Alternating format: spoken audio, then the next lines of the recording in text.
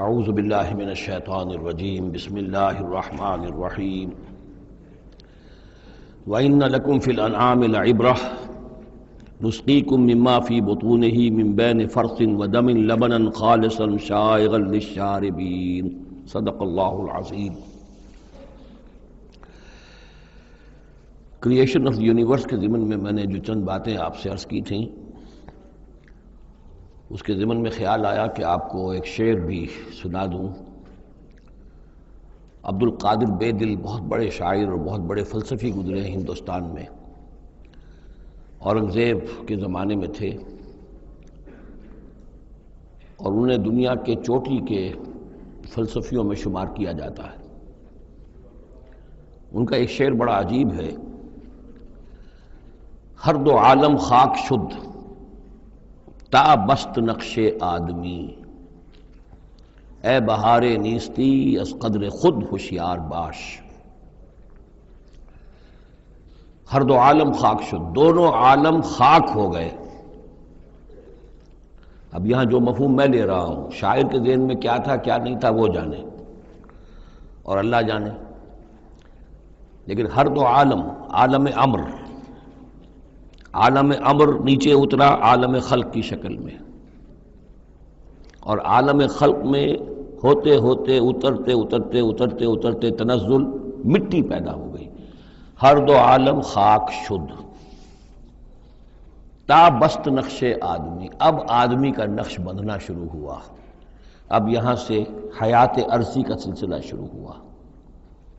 گویا کہ انسان کو وجود میں لانے کے لیے اللہ تعالیٰ نے دونوں عالموں کو تنزلات کی بے شمار منازل سے اتار کر اور خاک تک پہنچایا۔ تا بست نقش آدمی، اے بہار نیستی۔ اب یہ نیستی جو ہے سمجھ لیجئے، چونکہ فلسفہ وحدت الوجود کا یہ ہے کہ اصل حقیقت جو ہے اور اصل وجود تو اللہ کا ہے، باقی جو کچھ نظر آ رہا ہے یہ حقیقی وجود نہیں ہے، نیست ہے، یہ ہست نہیں ہے، صرف یہ شکلیں ہیں، صورتیں ہیں، امیجز ہیں۔ کل ما فی الکون وہم او خیال او عکوس فی المرایا او ظلال، تو یہ نیست ہے۔ یہ جو عالم وجود ہے جسے کہا جا رہا ہے نیستی، اس عالم کی بہار انسان ہے، کلائمیکس آف دس کریشن۔ خلقتہ بیدی، مسجود ملائک، خلیفۃ اللہ۔ تو اے بہار نیستی از خود قدر خود ہوشیار باش، ذرا اپنے مقام و مرتبے کو سمجھو کہ تمہارے وجود کے لیے اللہ تعالیٰ نے ہر دو عالم کو تنزلات کی کتنی منزلوں سے نیچے اتار کر خاک کیا ہے، تب تمہارا نقش بننا شروع ہوا۔ اور یہ عبد القادر بے دل وہ ہیں کہ جن کے آگے مرزا غالب بھی پانی بھرتے ہیں۔ طرز بے دل میں ریختہ کہنا اسد اللہ خان قیامت ہے، آسان کام نہیں ہے جو انداز ہے بے دل کا۔ اب چلیے آگے۔ وَإِنَّ لَكُمْ فِي الْأَنْعَامِ لَعِبْرَةً، جیسا کہ میں نے عرض کیا تھا، اس سورہ نحل میں اللہ تعالیٰ نے جو مختلف نعمتیں انسانوں کے لیے بنائی ہیں، پیدا کی ہیں، ان کا ایک ایک کر کے تذکرہ ہو رہا ہے، اور ان کے لیے تمہارے جو چوپائے ہیں، مویشی ہیں، ان میں بھی عبرت ہے، سبق ہے۔ ان کو دیکھو اور اللہ کی حکمتوں کو پہچانو۔ نسقیکم مما فی بطونہ، ہم پلاتے ہیں تمہیں اس میں سے جو ان کے پیٹوں میں ہوتا ہے۔ پیٹوں میں کیا ہوتا ہے؟ من بین فرث، گوبر ہوتا ہے، ودم، یہ خون ہوتا ہے۔ پیٹ چاک کرو گے کیا نکلے گا؟ لبنن، اب ان دونوں کے مابین سے اللہ تعالیٰ تمہیں پلا رہا ہے دودھ، لبنن خالصا، ستھرا، صاف، سائغا للشاربین، پینے والوں کے لیے نہایت خوشگوار، خوش ذائقہ۔ ومن ثمرات النخیل والاعناب، اور کھجوروں کے پھلوں سے بھی اور انگوروں سے بھی، تتخذون منہ سکرا ورزقا حسنا، اس سے تم نشے کی چیزیں بھی بناتے ہو اور یہ کہ رزق حسنہ بھی ہے، بہترین رزق بھی ہے تمہارے لیے۔ ان فی ذلک لآیۃ لقوم یعقلون، یقیناً اس میں نشانی ہے ان لوگوں کے لیے جو عقل سے کام لیں۔ وَأَوْحَىٰ رَبُّكَ إِلَى النَّحْلِ، اور تیرے رب نے وحی کی شہد کی مکھی کی طرف، یعنی اس کی فطرت میں یہ چیز ودیت کر دی۔ ان اتخذی من الجبال بیوتا ومن الشجر ومما یعرشون، کہ گھر بنا پہاڑوں پر بھی اور درختوں پر بھی اپنے چھتے لگا، گھر بنا،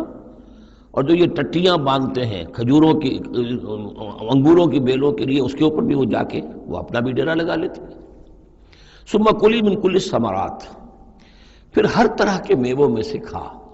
یعنی ان کے رس چوس۔ فسلکی سبل ربک ذللا، اور پھر اپنے رب کے راستوں پر چل، وہ راستے کے جو صاف پڑے ہوئے ہیں کہ جن میں کوئی رکاوٹ نہیں ہے، ادھر سے ادھر، ادھر سے ادھر۔ یہ ہے شہد کی مکھی، یخرج من بطونہا، اس کے پیٹوں سے نکلتا ہے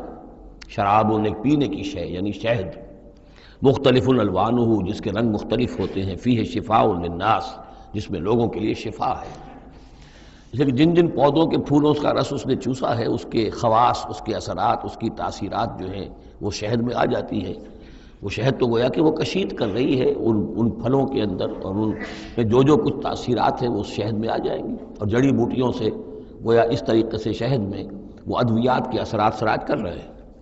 ان فی ذلک لآیۃ لقوم یتفکرون، یقیناً اس میں نشانی ہے ان لوگوں کے لیے جو غور و فکر سے کام لیں۔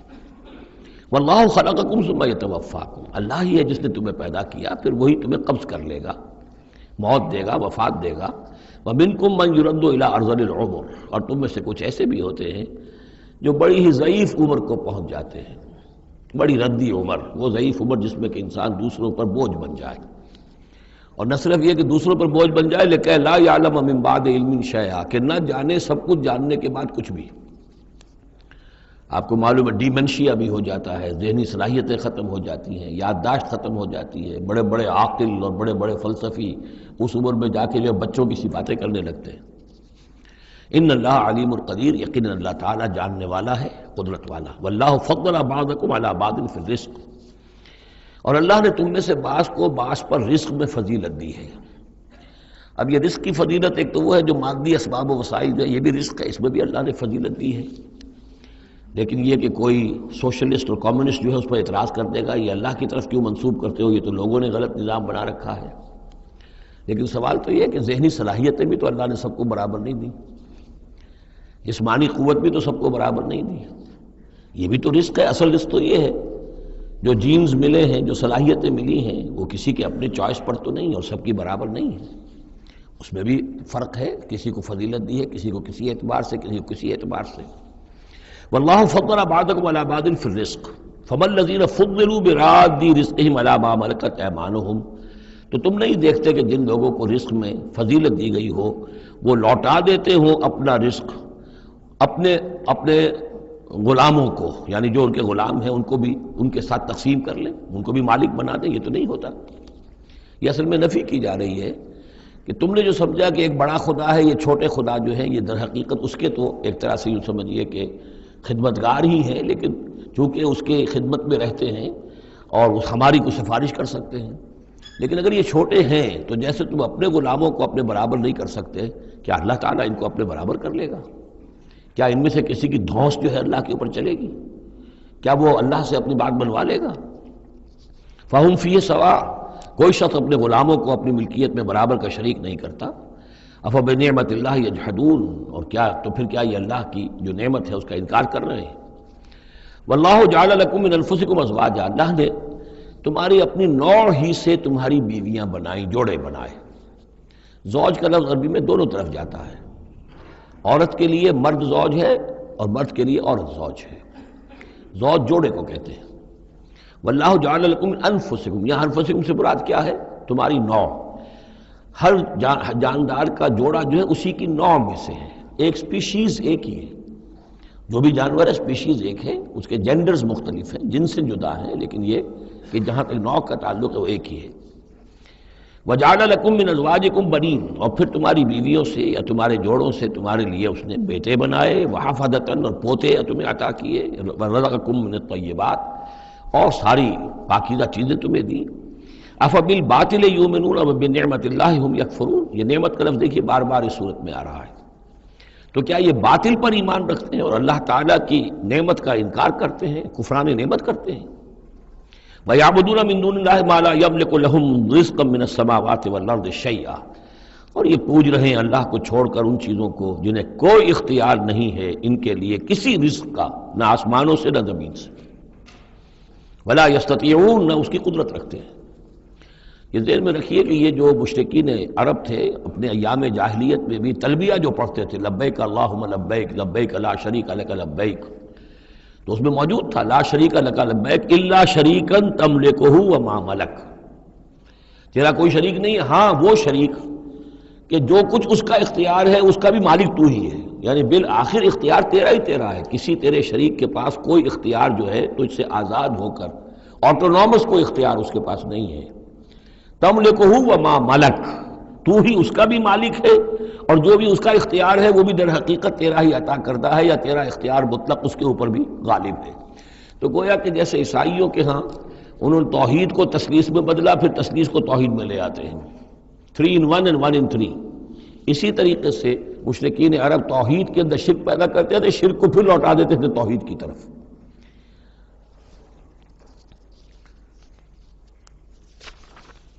فلا تضربوا للہ الامثال، تو دیکھو اللہ کے لیے کوئی مثالیں بیان نہ کیا کرو، اگرچہ اسی صورت میں ہم پڑھ چکے ہیں وللہ المثل الاعلیٰ۔ ظاہر بات ہے کہ اللہ تعالیٰ کی ایک ہستی ہے، بہت بلند و بالا ہے، اصولی طور پر تو ہم یہ کہہ سکتے ہیں کہ اللہ کی مثال یا اللہ کی شان بہت بلند ہے، لیکن کوئی مثال بیان نہیں کر سکتے اس کے لیے۔ مثال جو بھی لائیں گے عالم خلق سے لائیں گے، اپنے ذہن سے لائیں گے، محدود سوچ ہے، محدود تصور ہے، ہماری قوت متخیلہ محدود ہے، جو بھی شے لائیں گے اس محدود سے، وہ ظاہر بات ہے کہ اللہ تعالیٰ کی مطلق اور جو ہستی ہے، ایبسلیوٹ ایگزسٹنس جس کی ہے، جس کی ایٹریبیوٹس ایبسلیوٹ ہیں، ان کے اوپر اس کو کوئی مثال صادق نہیں آ سکتی۔ اور یہ صحیح بات ہے، اگرچہ دینا پڑتا ہے اللہ کے افعال کے لیے، اللہ تعالیٰ جو کچھ کر رہا ہے، جس طور سے کر رہا ہے، کچھ نہ کچھ الفاظ استعمال کرنے پڑ، اللہ کا ہاتھ، اللہ کا چہرہ، اللہ کا پاؤں، اللہ کا تخت، اللہ کی کرسی، اللہ کا عرش، اب یہ سب چیزیں آئیں گی، لیکن یہ کہ ان کی اصل حقیقت کو ہم بالکل نہیں جانتے، اور ہم خود کوئی مثال بیان کریں اللہ کے لیے اس سے روک دیا گیا۔ فلا تضربوا للہ الامثال، چنانچہ یہ بات جو آئی ہے سورہ شورا میں تو بلکہ کیٹیگوریکلی آئی ہے، لیس کمثلہ شیء، اس کے مثال کسی کوئی شے بھی موجود نہیں۔ ان اللہ یعلم وانتم لا تعلمون، اللہ جانتا ہے تم نہیں جانتے۔ ضرب اللہ مثلا عبدا مملوکا، اللہ نے ایک مثال بیان کی ہے تمہارے لیے ان کے شرک کی نفی کے لیے۔ عبدا مملوکا، ایک بندہ ہے، غلام ہے، مملوک ہے، لا یقدر علی شیء، اس کا کوئی اختیار ہے ہی نہیں، کچھ کر ہی نہیں سکتا، ایک قوت بندہ ہے۔ وَمَنْ رَزَقْنَاهُ مِنَّا رِزْقًا حَسَنًا، اور ایک شخص وہ ہے جس کو ہم نے اپنے پاس سے بڑا اچھا رزق دیا ہے، رزق میں مال بھی آ سکتا ہے، علم بھی آ سکتا ہے۔ فَهُوَ يُنْفِقُ مِنْهُ سِرًّا وَجَهْرًا، پھر وہ خرچ کرتا ہے اس میں سے کھلے بھی اور چھپے بھی،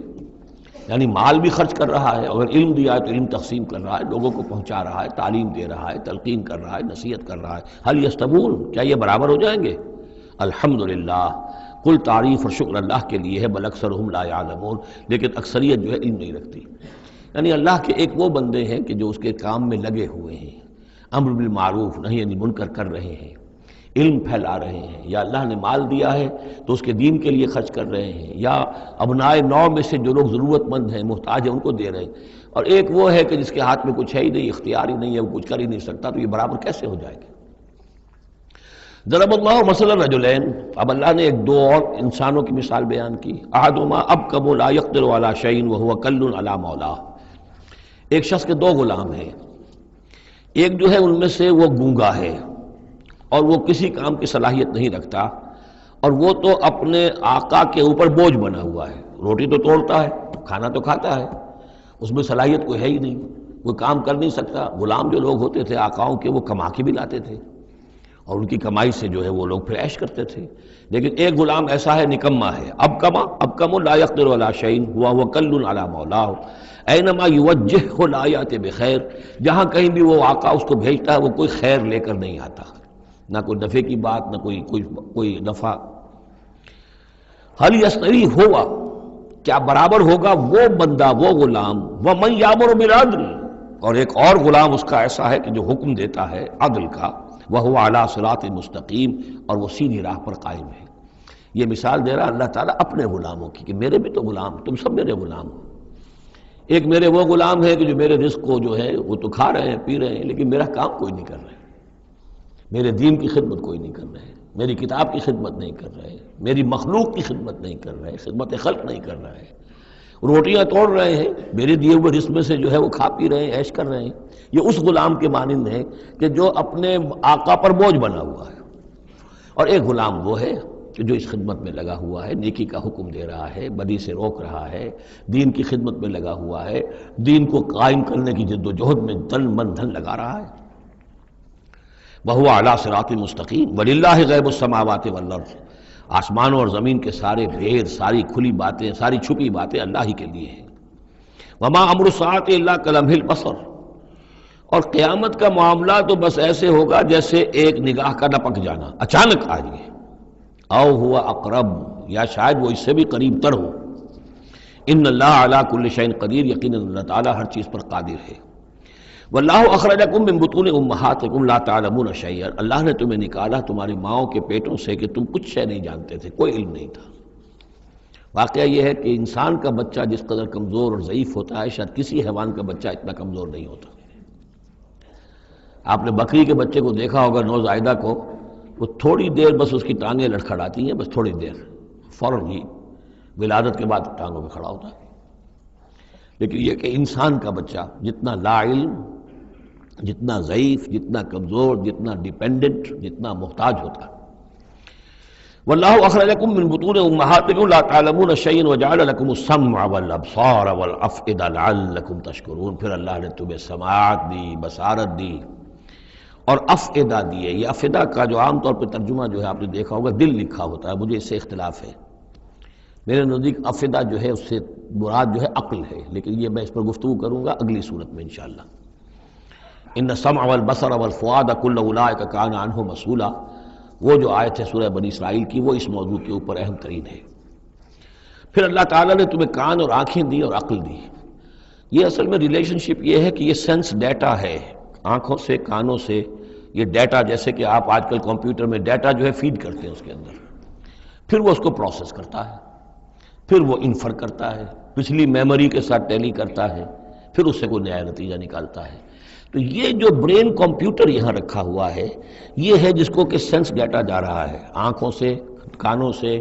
چھو کر، چکھ کر، سونگھ کر، جو بھی صلاحیتیں ہمارے اندر ہیں ان سے وہ سارا سینس ڈیٹا جو ہے وہ وہاں جا کر پھر پروسیس ہوتا ہے، اس کو پروسیس کر کے اس سے نتیجہ نکالتا ہے، وہ ہے عقل، وہ جو انسان کے اندر یہ ذہن اس دماغ میں جو رکھا گیا ہے۔ فؤاد سے میرے نزدیک مراد یہ ہے، اور میں اس پر جازم ہوں۔ وَجَعَلَ لَكُمُ السَّمْعَ وَالْأَبْصَارَ وَالْأَفْئِدَةَ لَعَلَّكُمْ تَشْكُرُونَ، تاکہ تم شکر کرو، ان چیزوں کا، ان نعمتوں کا حق مانو، حق ادا کرو، ان چیزوں کو، ان نعمتوں کو صحیح طریقے سے استعمال کرو۔ أَلَمْ يَرَوْا إِلَى الطَّيْرِ مُسَخَّرَاتٍ فِي جَوِّ السَّمَاءِ، کیا یہ دیکھتے نہیں پرندوں کو کہ وہ فضا کی اس خالی خلا کے اندر حکم یہ بالکل مسخر ہیں، یعنی اللہ تعالیٰ کے حکم کے مطابق جو ہے تیر رہے ہیں۔ ما یمسکہن الا اللہ، انہیں نہیں تھاما ہوا ہے کسی نے سوائے اللہ کے۔ ان فی ذلک لآیات لقوم یؤمنون، یقیناً اس میں نشانیاں ہیں ان لوگوں کے لیے جو ماننا چاہیں یا جو ایمان رکھتے ہوں۔ واللہ جعل لکم من بیوتکم سکنا، اور اللہ تعالیٰ نے تمہارے لیے تمہارے گھروں میں سکون اور سکونت کی جگہ، رہنے کی جگہ تمہیں فراہم کی ہے۔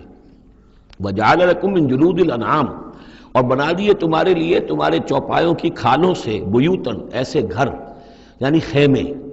یہ جانوروں کے کھالوں کے خیمے بناتے تھے تاکہ یہاں خیمہ، یہاں اکھاڑا وہاں لگا دیا، وہاں سے اکھاڑا وہاں لگا دیا، وہ ہلکا رہتا تھا خانہ بدوش لوگوں کے لیے۔ تم ان کی کھالوں سے بنا لیتے ہو گھر، تستخفونہا، جو تمہیں بڑے ہلکے رہتے ہیں تمہارے لیے، یوم ذانکم، جس دن کہ تم سفر میں ہو، و یوم اقامتکم، اور جب تم کہیں اقامت کرنا چاہو۔ وہی خیمے اتارے اونٹ کے پیٹھ کے اوپر سے، وہاں گاڑا، رات کو اس کے اندر آرام کر لیا۔ وَمِنْ أَصْوَافِهَا، اب یہ تین الفاظ آ رہے ہیں جو کہا تھا دفء، تمہارے لیے جڑاول ہے ان میں، انہی حیوانات میں وہ ریشہ پیدا کر رکھا ہے ہم نے، فائبر، جس فائبر کے ذریعے سے کہ تم کپڑا بنتے ہو، اب کاٹن فائبر ہے یا اب آرٹیفیشل فائبرز آ گئے ہیں، لیکن سب سے پہلے جو چیز انسان کو ملی تھی وہ تو حیوانات کے جو یہ ان چوپایوں کے جو بال ہیں ان سے ہی انسان نے کچھ چیزوں کو بننا سیکھا تھا۔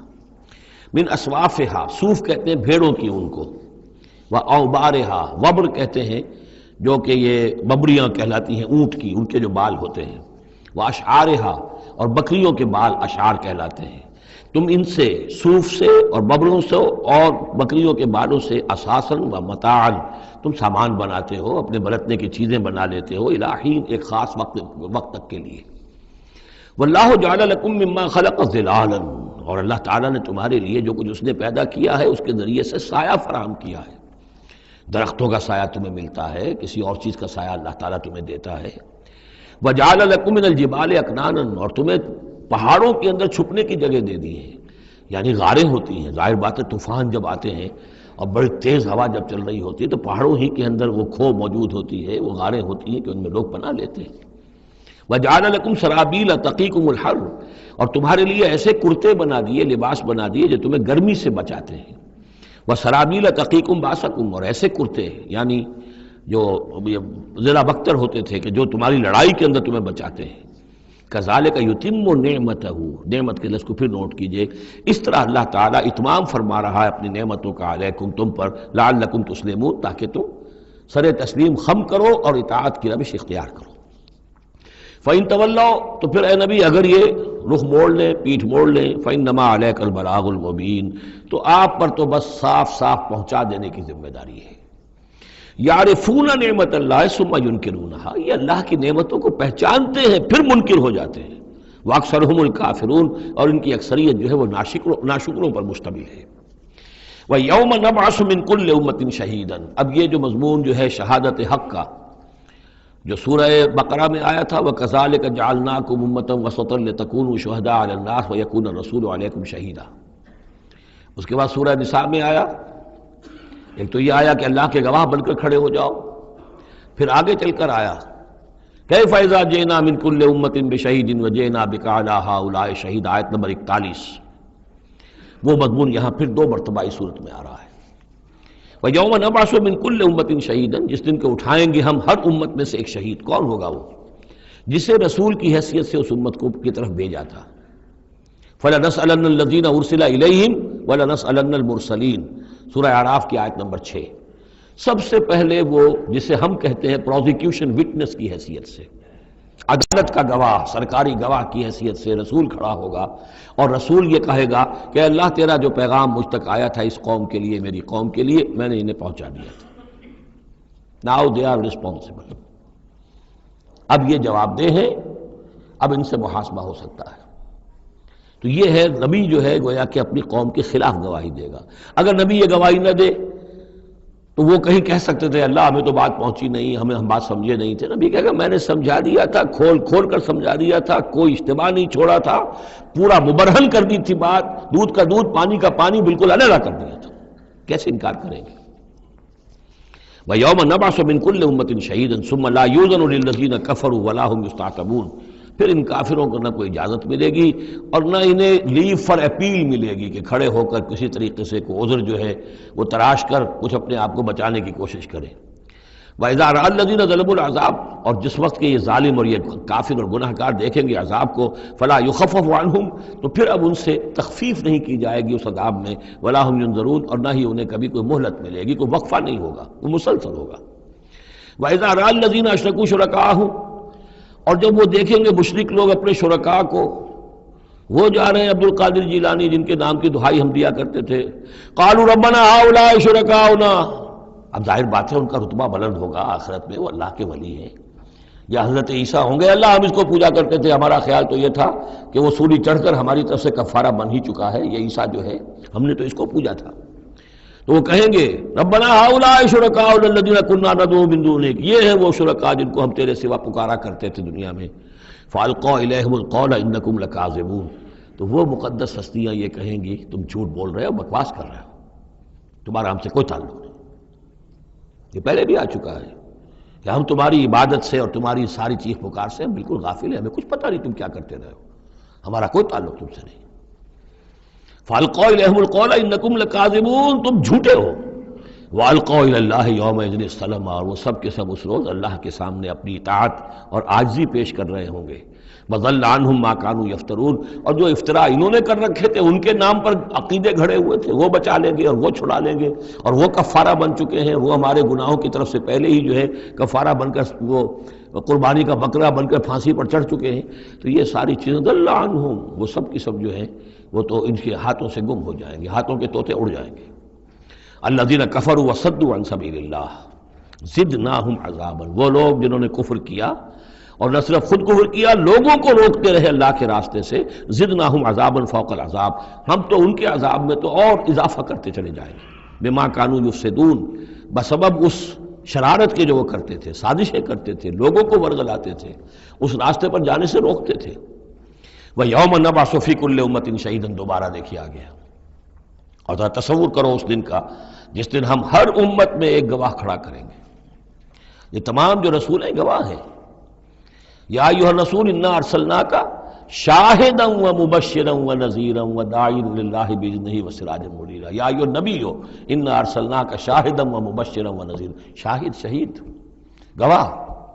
اسی معنی میں سورہ مزمل میں آیا ہے، تمہارے پاس ہمارا رسول آ گیا ہے، جیسے کہ فرعون کے پاس رسول آیا تھا، فعصى فرعون الرسول فاخذناه اخذا وبیلا، لقد ارسلنا الیکم رسولا شاہدا علیکم کما ارسلنا الی فرعون رسولا فعصى فرعون الرسول فاخذناه اخذا وبیلا فکیف تتقون ان کفرتم یوما یجعل الولدان شیبا وَيَوْمَ نَبْعَثُ فِي كُلِّ أُمَّةٍ شَهِيدًا عَلَيْهِمْ مِنْ أَنفُسِهِمْ، ان کے خلاف گواہی دینے، ان کے اوپر کھڑے ہو کر گواہی دینے والے انہی میں کے ہوں گے، وَجِئْنَا بِكَ شَهِيدًا عَلَىٰ هَٰؤُلَاءِ، یہ بالکل تقریباً وہی آیت جو سورہ نساء میں آ چکی، اور آپ کو کھڑا کریں گے گواہ بنا کر ان کے خلاف۔ اب ہؤلاء میں اشارہ کس کی طرف ہو رہا ہے؟ یہ جو قریش ہیں جن کو حضور نے یہ دعوت پہنچا دی ہے، جن پر اتمام حجت آپ کر چکے ہیں، یہ تو ہے جو براہ راست حضور ان کے خلاف گواہی دیں گے، اللہ میں نے ان کو بات پہنچا دی تھی اور کوئی شک و شبے کی گنجائش نہیں چھوڑی تھی، میں نے اتنے برس اپنی جان ہلکان کی ہے، میں نے ایک ایک کو پکارا ہے، علیحدگی میں جا کر بھی بات کی ہے، ڈنکے کی چوٹ بھی پکارا ہے، میں نے کوئی دقیقہ فرگزاشت نہیں رہنے دیا۔ باقی یہ کہ اس سے آگے اس کو پہنچانے کی ذمہ داری امت پر ہے، یہ گواہی پھر امت کو دینی ہے، اور اگر یہ امت یہ گواہی نہ دے سکے تو پھر لوگوں کی گمراہی کا وبال اس امت کے اوپر آ جائے گا۔ تمہارے ذمہ تھا آپ پہنچانا، یہ ہے اصل میں وہ نازک ذمہ داری جو امت مسلمہ کی حیثیت سے ہمارے کندھوں پر آئی ہے۔ اسی لیے جیسے ہی سورہ بقرہ میں وہ تحویل قبلہ کا اعلان آیا، وَكَذَلِكَ جَعَلْنَاكُمْ أُمَّةً وَسَطًا لِتَكُونُوا شُهَدَاءَ عَلَى النَّاسِ وَيَكُونَ الرَّسُولُ عَلَيْكُمْ شَهِيدًا، تو 19ویں رکوع میں شروع ہو گئی بات، یا ایھا الذین آمنوا استعینوا بالصبر والصلاۃ، بہت بڑی ذمہ داری آ گئی ہے تم پر، ان اللہ مع الصابرین ولا تقولوا لمن يقتل في سبيل الله اموات بل احياء ولكن لا تشعرون، وہ ساری ذمہ داریاں ہیں۔ وجئنا بك شهيدا على هؤلاء ونزلنا عليك الكتاب تبيانا لكل شيء، اور اے نبی ہم نے اتار دی ہے آپ پر یہ کتاب، یہ قرآن، وضاحت کرتے ہوئے ہر شے کی، یعنی جو بھی انسان کی ہدایت کے لیے جو مسئلہ ضروری ہے وہ سارا کا سارا اس میں موجود ہے، وہدی ورحمۃ، اور وہ ہدایت بن کر آئی ہے اور رحمت، وبشریٰ للمسلمین، اور بشارت بن کر آئی ہے مسلمانوں کے لیے، اہل اسلام کے لیے، اللہ کے فرما برداروں کے لیے۔ یہ آیت جب آ رہی ہے یہ بہت ہی مشہور آیت ہے، جمعہ کے خطبے میں ہوتی ہے، بہت جامع آیت ہے۔ ان اللہ یامر بالعدل والاحسان وایتاء ذی القربى وینہی عن الفحشاء والمنکر والبغی یعظکم لعلکم تذکرون، یقیناً اللہ تمہیں حکم دیتا ہے لوگوں سب سے پہلے عدل، انصاف، عدل سے اوپر کی ایک شے ہے احسان۔ عدل تو یہ ہے کہ جس کا جو اس کا حصہ تھا وہ آپ نے دے دیا، احسان یہ ہے کہ مزید اپنی طرف سے کچھ اور دے دیجیے، یہ احسان ہے۔ اللہ تعالیٰ محسنین کو پسند کرتا ہے۔ اور ذی القربہ، ایتاء ذی القربہ، اپنے قرابت داروں کا حق ادا کرنا، ان سے حسن سلوک، صلہ رحمی کرنا، یہ تین چیزیں ہیں کہ جس پر گویا کہ ایک اچھے معاشرے کی بنیاد ہے، یہ مثبت چیزیں ہیں۔ گویا کہ امر بالمعروف نہی عن المنکر جو ہے تو اللہ تعالیٰ تو ان تین چیزوں کا حکم دیتا ہے، اور وہ تین منکرات کیا ہے جس کا کہ جسے روکتا ہے، وَيَنْهَىٰ عَنِ الْفَحْشَاءِ وَالْمُنكَرِ وَالْبَغْيِ، روکتا ہے ایک تو بے حیائی کے کاموں سے، یہ ایک پردہ ہے، حیا جو ہے انسان کے اندر ایک بڑی قیمتی شے ہے، بے حیا باش و ہرچے خائی کن، ایک دفعہ یہ حیا کا جو ہے نا پردہ اتر جائے تو پھر انسان جو ہے بے شرم ہو کر جو چاہے کرتا پھرے پھر، تو حیا بے حیائی سے روکتا ہے۔ اور منکر وہ شے ہے جس کے برے ہونے پر تمہاری فطرت گواہ ہے کہ یہ شے برائی ہے، والبغی، اور سرکشی اللہ کے خلاف، سرکشی لوگوں کے خلاف۔ سرکشی لوگوں کے خلاف ہوگی تو وہ عدوان ہے، زیادتی ہے، ظلم ہے، اللہ کے خلاف ہے تو وہ کفر ہے اور وہ بغاوت ہے۔ یعظکم، اللہ تعالیٰ تمہیں نصیحت کر رہا ہے، لعلکم تذکرون، تاکہ تم نصیحت اخذ کرو، رہنمائی حاصل کرو۔ وَأَوْفُوا بِعَهْدِ اللَّهِ إِذَا عَاهَدتُّمْ، یہ جو چند آیات اب آگے آ رہی ہیں یہ مشکلات القرآن میں سے ہیں، اس میں کافی مفسرین کے مابین اختلافات بھی ہیں، لیکن میں نے جتنا بھی غور و فکر کیا ہے اور جن حضرات کی آراء سے مجھے اتفاق ہے وہ میں بیان کروں گا، باقی ساری آراء میں بیان نہیں کر سکتا۔ یہاں میرے نزدیک یہاں سے اصل میں اہل کتاب کی طرف روئے سخن ہے۔ میں آپ کو بتا چکا ہوں کہ مکی صورتوں میں اہل کتاب سے براہ راست خطاب نہیں ہے، یا بنی اسرائیل یا اہل الکتاب نہیں ملے گا، لیکن سورہ انعام ہی سے بات شروع ہو گئی تھی، کچھ نہ کچھ ان کی طرف روئے سخن ہے، اشارے ہیں، اس لیے کہ یہ دور ایسا تھا کہ جس میں مدینے میں خبریں پہنچ چکی تھی، محمد رسول اللہ صلی اللہ علیہ وسلم نے نبوت کا دعویٰ کیا ہے، اہل کتاب کے کان بھی کھڑے ہو چکے تھے، ان میں سے کچھ لوگ تھے پہچان بھی چکے تھے، اور وہ یہ کہ گویا کہ منتظر بھی ہوں گے کہ اب ہم ان کی تصدیق کریں گے، ذرا اور دیکھ لیں، ذرا اور ان کے بارے میں صحیح معلومات ہمیں حاصل ہو جائیں۔ کچھ لوگوں کے اندر حسد کی آگ اسی وقت سے بھڑک چکی ہوگی، وہی ہے کہ جنہوں نے سکھا پڑھا کر پوچھا تھا کہ ان سے پوچھو اگر یہ نبی ہونے کا دعویٰ کرتے ہیں تو یہ بنی اسرائیل مصر کیسے پہنچ گئے تھے؟ یہ تو حضرت ابراہیم علیہ السلام کی نسل سے تھے، حضرت ابراہیم تو فلسطین میں رہتے تھے، الخلیل میں وہ دفن ہیں، یہ مصر کیسے پہنچ گئے جو حضرت موسیٰ علیہ السلام نے لے کر وہاں سے آئے؟ تو پوری سورہ مبارکہ سورہ یوسف جو ہم پڑھ چکے ہیں کہ کیا شکل بنی، کیا سبب بنا، کیا حالات تھے جن میں کہ بنی اسرائیل وہاں جا کر آباد ہوئے۔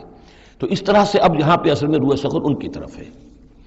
وَأَوْفُوا بِعَهْدِ اللَّهِ إِذَا عَاهَدتُّمْ وَلَا تَنقُضُوا الْأَيْمَانَ بَعْدَ تَوْكِيدِهَا، اور دیکھو اللہ کے عہد کو پورا کرو جبکہ تم وہ عہد کر چکے ہو، جو بنی اسرائیل سے اِذْ أَخَذَ اللَّهُ مِيثَاقَكُمْ، وہ جو بار بار آیا ہے،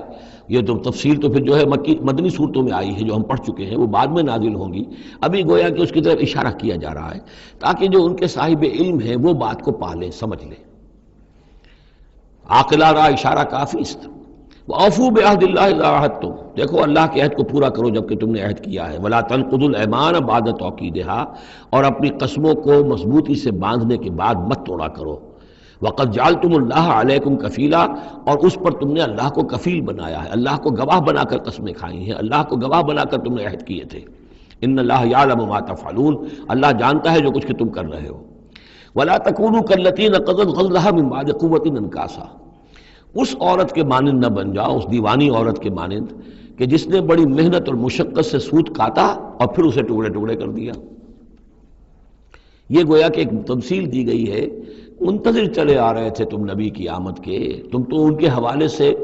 اپنے جو لوگ تھے یہاں کے عرب انہیں دھمکایا کرتے تھے کہ جب وہ آئیں گے تو ہم ان کے ساتھ ہو کر جنگ کریں گے، تو پھر یہ کہ تم ہمیں کبھی شکست نہیں دے سکو گے۔ اب یہ کیا ہو رہا ہے کہ جب اس نبی کا ظہور ہو رہا ہے تو اب تمہارے دل میں طرح طرح کے خیالات آ رہے ہیں، تو کیا اس بوڑھی عورت کی طرح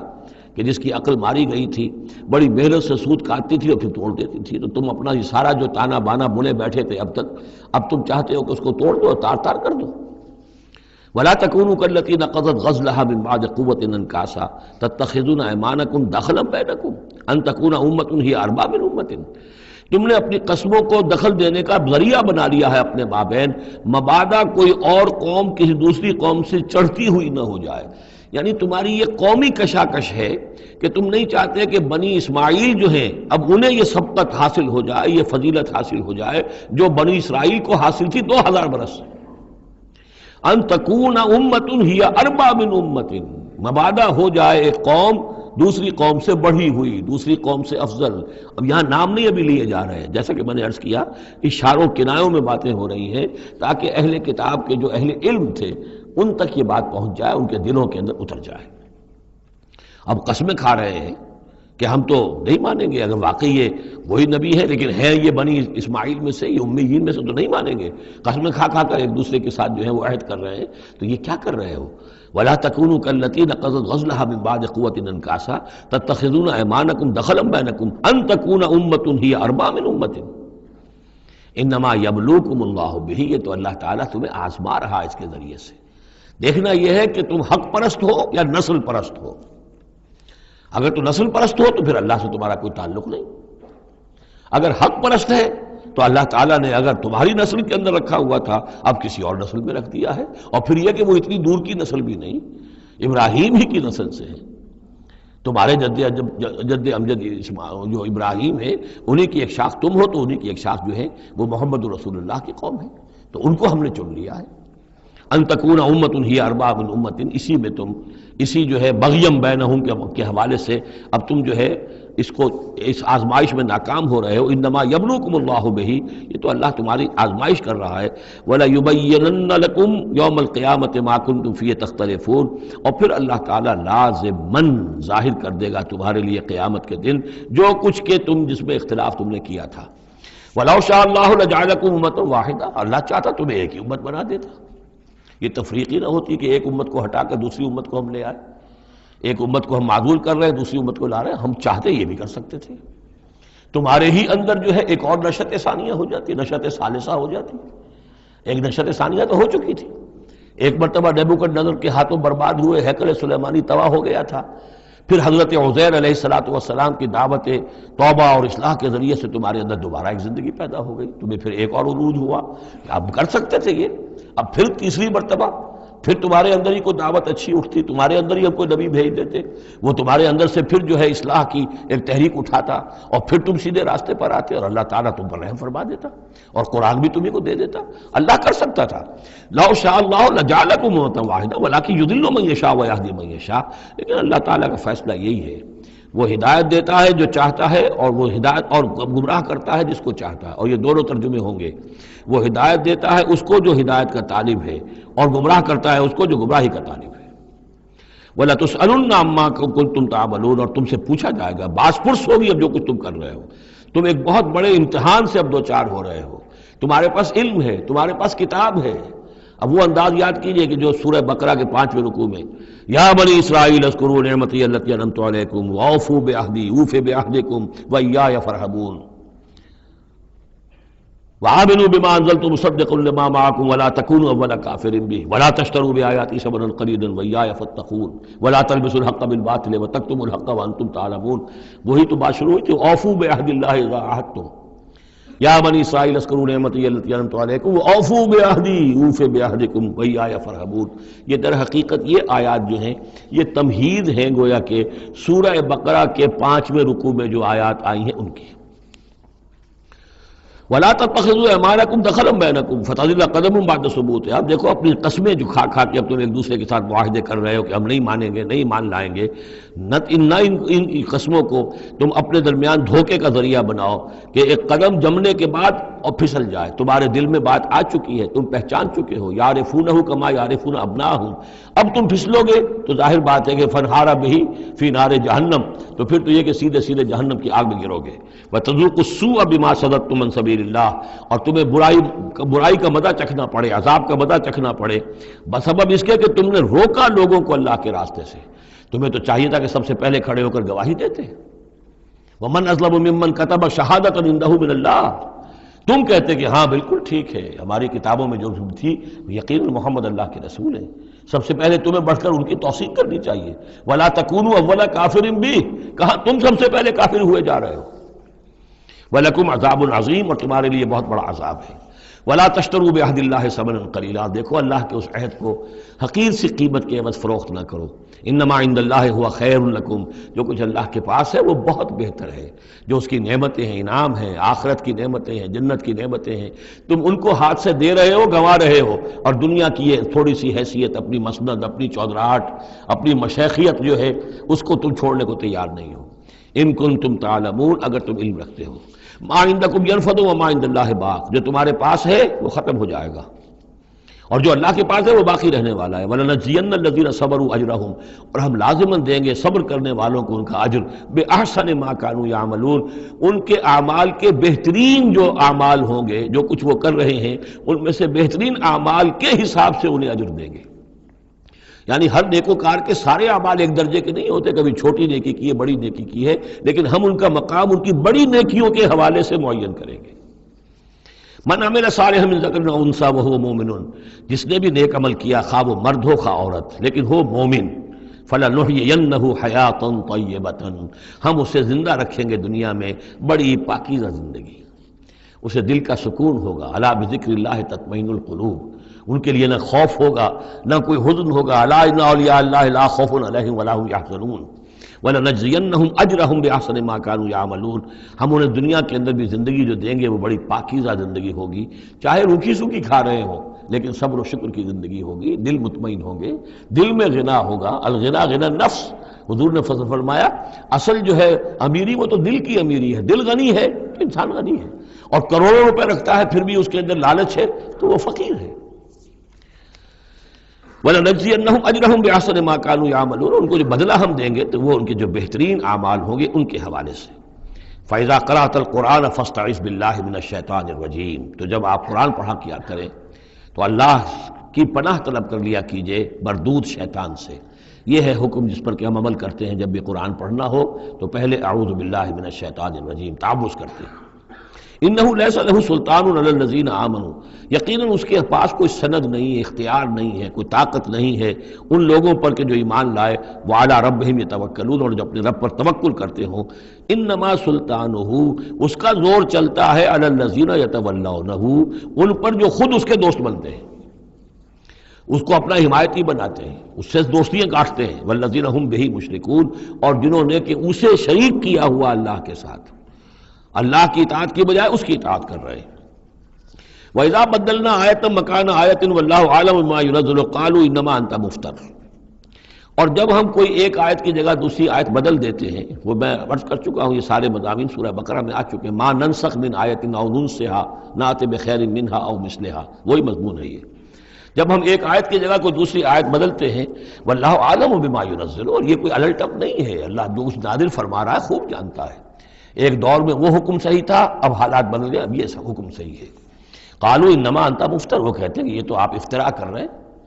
پہلے یہ کہا تھا اب یہ کہہ رہے ہیں، اگر اللہ کا کلام ہوتا اس میں تبدیلی کیسے ہو سکتی ہے؟ بل اکثرهم لا يعلمون، لیکن ان کی اکثریت علم سے آ رہی ہے۔ قل نزلہ روح القدس، کہہ دیجئے اس کو اتارا ہے روح القدس نے۔ اب یہ روح کا لفظ حضرت جبرائیل کے لیے نوٹ کر لیجئے۔ قل نزلہ، اتارا ہے اس کو روح القدس نے، پاک فرشتے نے، من ربک، آپ کے رب کی طرف سے، بالحق، کے حق کے ساتھ، لیثبت الذین آمنوا، تاکہ اہل ایمان کے دلوں کو اور ان کے قلبوں کو جمائے۔ اس سے پہلے جو ہے کذالک لنثبت بہ فؤادک ورتلناہ ترتیلا، یہ آ جائے گا آگے چل کر، تاکہ حضور کے دل کو بھی تثبیت ہو اس سے، اور اہل ایمان کے دلوں کو بھی اس سے ثبات ملے۔ وہدی وبشریٰ للمسلمین، یعنی جیسے جیسے حالات بدل رہے ہیں ایسے ایسے، اب جائے ایک قصہ جو ہے آدم و ابلیس کا ایک دفعہ آیا، پھر دوسری دفعہ آیا، پھر تیسری دفعہ آیا، اس میں کوئی تھوڑا تھوڑا فرق بھی آ رہا ہے، ایک چیز وہاں بیان کی گئی، ایک چیز اب یہاں واضح کی جا رہی ہے۔ یہ ساری چیزیں جو ہیں یہ اس لیے ہیں تاکہ بدلتے ہوئے حالات میں اہل ایمان کو ہر حال، ہر دور کے حالات کے مطابق جو ہے وہ اپنی رہنمائی کا سامان مل جائے۔ وَلَقَدْ نَعْلَمُ أَنَّهُمْ يَقُولُونَ إِنَّمَا يُعَلِّمُهُ بَشَرٌ، اور ہمیں خوب معلوم ہے کہ وہ یہ کہتے ہیں کہ یہ تو انہیں ایک انسان سکھا رہا ہے، کوئی شخص ہے، کوئی عجمی ہے، کوئی ہو سکتا ہے اہل کتاب میں سے ہو، بہت بڑا عالم ہے، اسے اپنے گھر میں انہوں نے رکھا ہوا ہے اور اس سے یہ چیزیں سیکھتے ہیں۔ لسان الذی یلحدون الیہ اعجمی، جس شخص کی طرف یہ منسوب کر رہے ہیں اس قرآن کو اپنے اسی غلط خیال کے حوالے سے، اس کو تو کہتے ہیں عجمی ہے، وہ عربی نہیں ہے۔ وہذا لسان عربی مبین، اور یہ قرآن نازل ہو رہا ہے اس زبان میں، عربی میں جو بالکل صاف ہے، کوئی عجمی جو ہے ایسی صاف زبان کیسے بولے گا؟ ان الذین لا یؤمنون بآیات اللہ، یقیناً جو لوگ اللہ کی آیات پر ایمان نہیں رکھتے، لا یہدیہم اللہ، اللہ تعالیٰ بھی اب انہیں ہدایت نہیں دے گا، زبردستی ہدایت دینا اللہ کی سنت نہیں، اللہ کا طریقہ نہیں۔ وَلَهُمْ عَذَابٌ عَلِيمٌ، اور ان کے لیے دردناک عذاب ہے۔ انما یفتری الکذب الذین لا یؤمنون بآیات اللہ، افترا بازی تو وہ کر رہے ہیں، جھوٹ وہ گھڑ رہے ہیں جو اللہ کی آیات پر انکار پر ایمان نہیں رکھتے۔ وَأُولَٰئِکَ هُمُ الْكَاذِبُونَ، اور حقیقت میں وہ ہے کہ جو جھوٹے ہیں۔ من کفر باللہ من بعد ایمانہ، اور جو شخص ایمان لانے کے بعد اللہ کے ساتھ کفر کرے گا۔ اب اس میں بھی دونوں باتیں ہیں، ایک تو یہ کہ دل میں ایمان آ گیا، اگرچہ ابھی اس نے اعلان نہیں کیا، لیکن دل میں ایمان آ چکا، کوئی عالم ہے، اس کو سمجھ میں آ گئی بات صحیح ہے۔ یہ بھی میں آپ کو یاد آ گئی تو بتا دیتا ہوں، اسی شہر کراچی میں اس وقت ایک بہت بڑے عالم دین ہیں اور بہت اس وقت معروف ہیں، مشہور ہیں۔ کئی سال پہلے کی بات ہے، ابھی سید سراج الحق صاحب بھی یہاں موجود ہیں، ان کے مکان پر میں مقیم تھا، ان سے گفتگو ہوئی، انہوں نے کہا کہ میں نے آپ کا ایک ایک حرف پڑھا ہے اور مجھے آپ کی کسی بات سے کوئی اختلاف نہیں، لیکن ہم آپ کا ساتھ نہیں دے سکتے، اس لیے کہ ہم آپ کا ساتھ دیں گے تو اپنی برادری سے نکال دیے جائیں گے۔ ہماری علماء کی اپنی اپنی برادریاں ہیں، دیوبندیوں کی برادری ہے، یہ جو ہے یہ حسینی دیوبندی ہیں، ان کی مدنی گروپ کی برادری ہے، یہ تھانوی گروپ کی اپنی اپنی برادریاں ہیں، اور برادریوں کے حوالے سے مساجد کا نظام، مدارس کا نظام، یہ سارا جو ہے پورا سلسلہ بنا ہوا ہے۔ اگر ہم آپ کا ساتھ دیں گے اپنی برادری سے باہر نکال دیے جائیں گے، یہ صاف کہا۔ اور ایسے ہی ایک عالم دین پنجاب کے بھی ہیں، انہوں نے بھی یہ کہا، میں نے ہر چیز پڑھی ہے، صرف ایک چیز سے مجھے آپ کی اختلاف ہے، اور وہ یہ کہ جو زمینداری کے بارے میں مولانا تحسین صاحب کی بات کی آپ نے تائید کی ہے، بس باقی مجھے آپ کی کسی چیز سے اختلاف نہیں، لیکن ہم آپ کا ساتھ نہیں دے سکتے۔ تو جن پر حق واضح ہو جائے پھر وہ مصلحتوں کے تحت،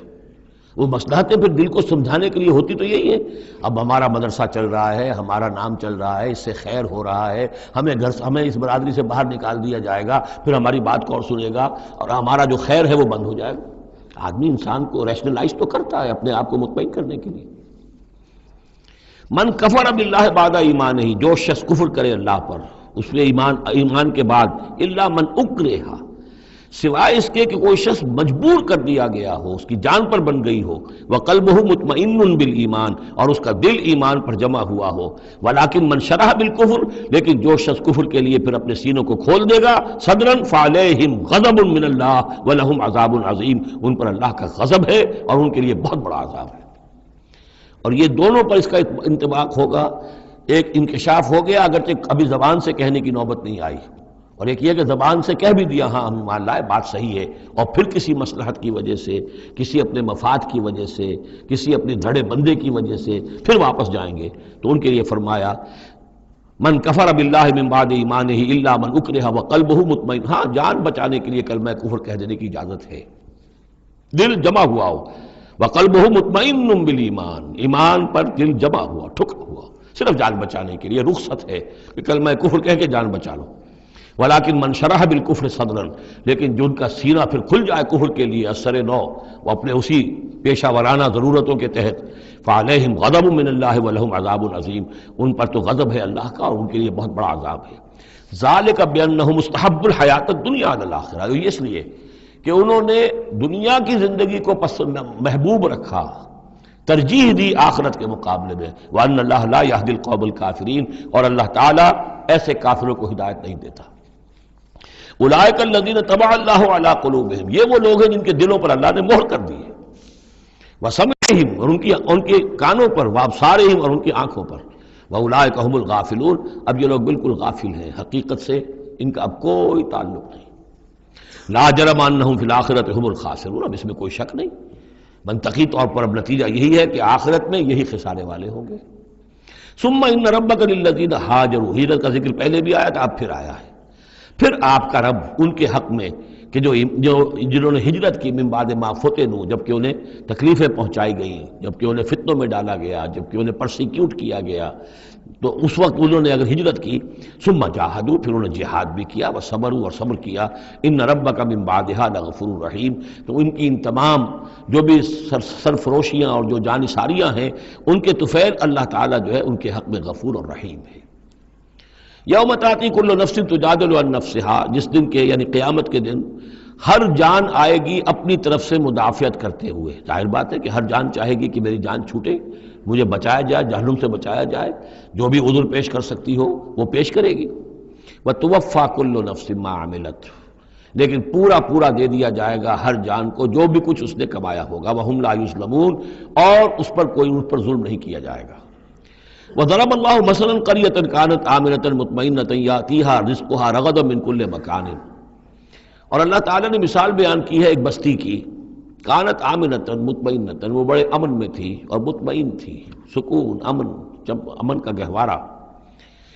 یاتیہا رزقہا رغدا من کل مکان، آتا تھا اس کے پاس رزق اس کا ہر طرف سے، چاروں طرف سے رزق چلا آتا تھا، رغد با فراغت، فکفرت بانعم اللہ، تو اس نے اللہ تعالیٰ کی نعمتوں کی ناشکری کی، کفران نعمت کیا، فاذاقہ اللہ لباس الجوع والخوف، تو اللہ تعالیٰ نے اس کو پھر پہنا دیا، اڑھا دیا لباس بھوک کا اور خوف کا، بما کانوا یصنعون، ان کے کرتوتوں کے باعث۔ اس کے بارے میں مختلف آراء ہیں. ایک تو یہ کہ ایک عام تمثیل ہے، ایک یہ کہ اس سے مراد جو ہے سبا کی قوم جس کا ذکر ہم پڑھیں گے آگے چل کر سورہ سبا کے اندر، اس کا تذکرہ ہے. ایک رائے یہ کہ یہ مکے کا ذکر ہو رہا ہے کہ حضور کی آمد کے بعد، جیسا کہ قاعدہ کلیہ ہم سورہ انعام میں سورہ اعراف میں پڑھ چکے ہیں، رسول کی بعثت کے بعد اللہ تعالیٰ کی طرف سے لوگوں کے اوپر چھوٹے عذاب آتے تھے. آخری عذاب سے پہلے تو قحط کا عذاب پڑا تھا، اور عرب میں اس میں مکے میں بہت ہی اجناس کی کمی ہو گئی تھی، بہت وہاں پر تنگی تھی. تو اس کی طرف اشارہ ہو رہا ہے کہ یہ شہر جو ہے مکہ بڑا آرام سے تھا، امن میں تھا.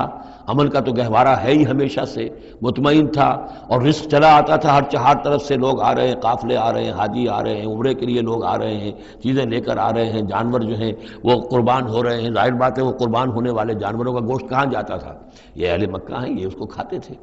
تو یہ ساری رزق ان کے پاس فراوانی چلا آتا تھا. لیکن اس شہر کے لوگوں نے پھر اللہ کی نعمت کا، انعامات کا انکار کیا اور کفران نعمت کیا، تو اللہ نے انہیں خوف اور بھوک کا لباس پہنا دیا ان کے کرتوتوں کے سوائے. بس اسی آیت کے حوالے سے میں نے یہاں کراچی میں تقریریں کی تھی. کافی پرانی بات ہے، جب کراچی میں جو حالت ہو گئی تھی، کہاں یہ عروس البلاد کراچی، پھر یہاں کی فراوانی، ہر طرح کا پورے پاکستان میں جو پھل بہترین ہوتا ہے وہ یہاں آپ کو ملتا ہے. یہاں سستی چیزیں ملتی ہیں، یہاں جابز ہیں، کام ہے. لیکن پھر یہ ایک زمانہ جو کراچی پر گزرا ہے، خدا نہ کرے پھر دوبارہ آ جائے. حالات پھر جو ہیں وہ بگڑتے نظر آ رہے ہیں. لیکن یہ ہے کہ اللہ نہ کرے کہ وہ صورت ہو جائے. لیکن ایک دور تو ایسا آ گیا تھا کہ اذاقہ اللہ لباس الجوع والخوف، بھوک اور خوف، کاروبار ٹھپ، اور بد امنی، ڈاکے، کڈنیپنگز، قتل و غارت. وہ جو حال اس کراچی کا ہو گیا تھا اس کو ذرا یاد کیجئے. بالکل وہ نقشہ ہے یہ. ضرب اللہ مثلا قریۃ کانت آمنۃ مطمئنۃ یاتیھا رزقھا رغدا من کل مکان فکفرت بانعم اللہ فاذاقھا اللہ لباس الجوع والخوف بما كانوا یصنعون. تو یہ ایک عام تمثیل بھی ہو سکتی ہے جیسے کہ کراچی کی اس وقت کی صورتحال پر منطبق ہو گئی. لیکن یہ کہ تفسیر کے حوالے سے اور جسے تعویل خاص ہم کہتے ہیں، اس میں یہ یقیناً اشارہ ہے مکے ہی کی طرف. وَلَقَدْ جَاءَهُمْ رَسُولٌ مِّنْهُمْ فَكَذَّبُوهُ، ان کے پاس ان کے رسول آئے، انہوں نے جھٹلا دیا ان کو. فَأَخَذَهُمُ الْعَذَابُ وَهُمْ ظَالِمُونَ، تو عذاب نے انہیں آ پکڑا اور وہ ظالم تھے، گناہگار تھے. فَكُلُوا مِمَّا رَزَقَكُمُ اللَّهُ حَلَالًا طَيِّبًا، تو اے مسلمانوں کھایا کرو جو بھی اللہ نے تمہیں رزق دیا ہے اس میں سے جو حلال ہے اور جو پاک ہے کھایا کرو. وَاشْكُرُوا نعمت اللہ، پھر نعمت کے لفظ کو نوٹ کیجئے. یہ جو نعمت کے ذریعے سے، اللہ کی نعمتوں کے حوالے سے یہ صورت جو ہے ان کا تذکرہ، مختلف انواع و اقسام کی نعمتیں، مختلف جو دائرے ہیں زندگی کے، ان کے حوالے سے. وَاشْكُرُوا نعمت اللہ ان کنتم ایاہ تعبدون، اور اللہ کی نعمت کا شکر کرو اگر تم واقعتاً اسی کی بندگی کرتے ہو. انما حرم علیکم المیتۃ والدم ولحم الخنزیر وما اہل لغیر اللہ بہ، اللہ تعالیٰ نے حرام تو تم پر کیا ہے کھانا مردار کا اور خون کا اور خنزیر کے گوشت کا، اور جو جس پر کہ پکارا گیا ہو اللہ کے سوا کسی اور کا نام. یہ آیت کئی دفعہ آ چکی ہے، اب اس میں تفصیل میں جانے کی ضرورت نہیں. فمن اضطر غیر باغ ولا عاد، کوئی شخص اضطرار میں ہو، جان پر بن گیا ہو، بھوک سے اور مر رہا ہو، تو اگر وہ نہ تو اس کی طلب اس کے اندر ہو، نہ جو کم سے کم چیز جتنی کہ کھانے سے جان بچائی جا سکتی ہے اس سے وہ اضافی اور اس سے آگے بڑھے، فإن اللہ غفور الرحیم، تو اللہ اس کے حق میں غفور الرحیم ہے. ولا تقولوا لما تصف السنتكم الكذب هذا حلال وهذا حرام، اور دیکھو اپنی زبانوں میں جیسے منہ میں آئے نہ بک دیا کرو کہ یہ حلال ہے یہ حرام ہے. یہ تو اللہ کا فیصلہ ہوتا ہے. اسے کہہ دے تو اپنی زبانوں سے جو چاہا کیا دیا، تو یہ بغیر دلیل کے، بغیر سند کے نہیں. اللہ تعالیٰ یہ حلت اور حرمت، تحلیل اور تحریم، یہ اللہ کا اختیار ہے. ولا تقولوا لمن تصف السنتكم الكذب، یہ جھوٹ جو اپنی زبان سے نکال دیتے ہو، هذا حلال وهذا حرام، یہ حلال ہے اور یہ حرام ہے. لتفتروا على الله الكذب، تاکہ تم اللہ کی طرف جھوٹ منسوب کرو. ان الذين يفترون على الله الكذب لا يفلحون، یقیناً جو لوگ اللہ تعالیٰ کی طرف جھوٹ منسوب کریں گے وہ فلاح نہیں پائیں گے. متاع قلیل، یہ سب برتنے کا سامان ہے، دنیاوی ضروریات ہے، تھوڑی سی دیر کے لیے فائدہ اٹھا لو. ولہم عذاب علیم، پھر ان کے لیے دردناک عذاب ہے. وعلی الذین ہادوا حرمنا ما قصصنا علیک من قبل، اور یہودیوں پر ہم نے بعض چیزیں حرام کر دی تھیں جن کی کہ تفصیل ہم پہلے آپ کو بتا چکے ہیں. یہ آ چکا ہے اس سے پہلے کہ ان کے لیے ایک تو یہ کہ حضرت یعقوب نے چونکہ اونٹ کا گوشت اپنے اوپر خود حرام کر لیا تھا تو وہ معاملہ چلتا رہا. اس کے علاوہ بھی یہ ہے کہ جو چربی ان پر حرام کی گئی تھی مختلف چیزوں حیوانات کی. وعلی الذین ہادوا حرمنا ما قصصنا علیک من قبل وما ظلمناہم، اور ہم نے ان پر کوئی ظلم نہیں کیا، اور ہم نے ان پر کوئی ظلم نہیں کیا، ولیکن کانوا انفسہم یظلمون، بلکہ یہ ظلم انہوں نے خود اپنے اوپر ڈھائے۔ ثم ان ربک للذین عملوا السوء بجہالۃ، پھر آپ کا رب ان لوگوں کے حق میں